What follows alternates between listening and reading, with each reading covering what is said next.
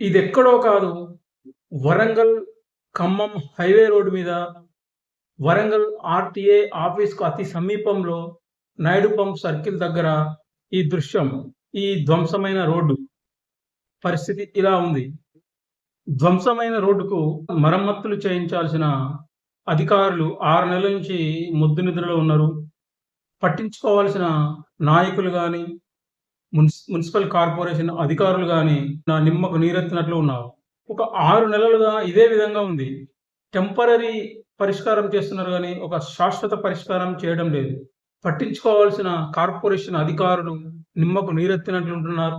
ఇప్పుడే ఇప్పుడు ఎటువంటి ఎన్నికలేమి లేవు గదా! మనకెందుకులే అని అన్నట్లుగా నాయకులు వ్యవహరిస్తున్నారు. ఇలా ధ్వంసమైన రోడ్డు వల్ల నిత్యం ఈ రోడ్డు మీద వెళ్ళే వందలాది వాహనదారులు చాలా ఇబ్బందులకు గురవుతున్నారు. కొన్నిసార్లు యాక్సిడెంట్ తీవ్రమైన ప్రమాదాలు జరిగిన ఘటనలు గూడా ఉన్నాయి.